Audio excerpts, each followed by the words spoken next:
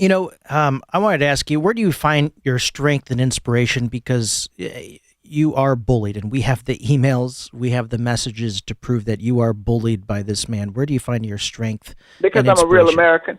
I'm a real American. And we know you got to always stand up and fight for your rights. You can't have one war in 1,000 years and expect freedom to last the next 1,000. No, there's always a contestant. There's always another bully. You got to always be in shape.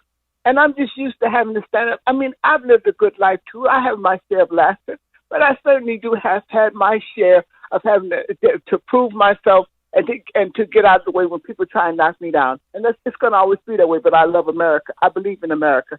I had good schools here. That's why I was able to go all through the world and work throughout the world in different countries.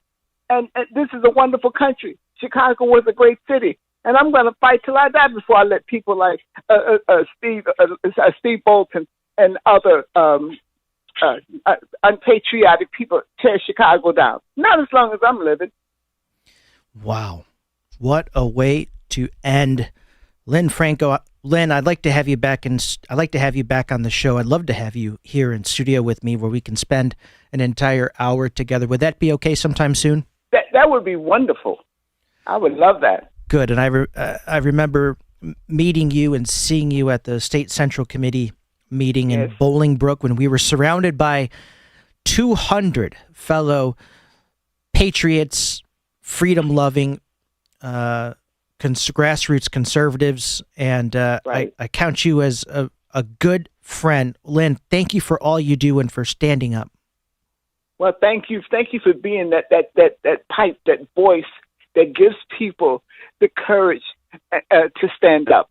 Because at least we know we are being heard, that there are people out there who think like us, who love America. We love America. Lynn Franco, have a great evening. Thanks so much. And my message to all the men out there, would you allow a Steve Boulton to talk to your wife that way?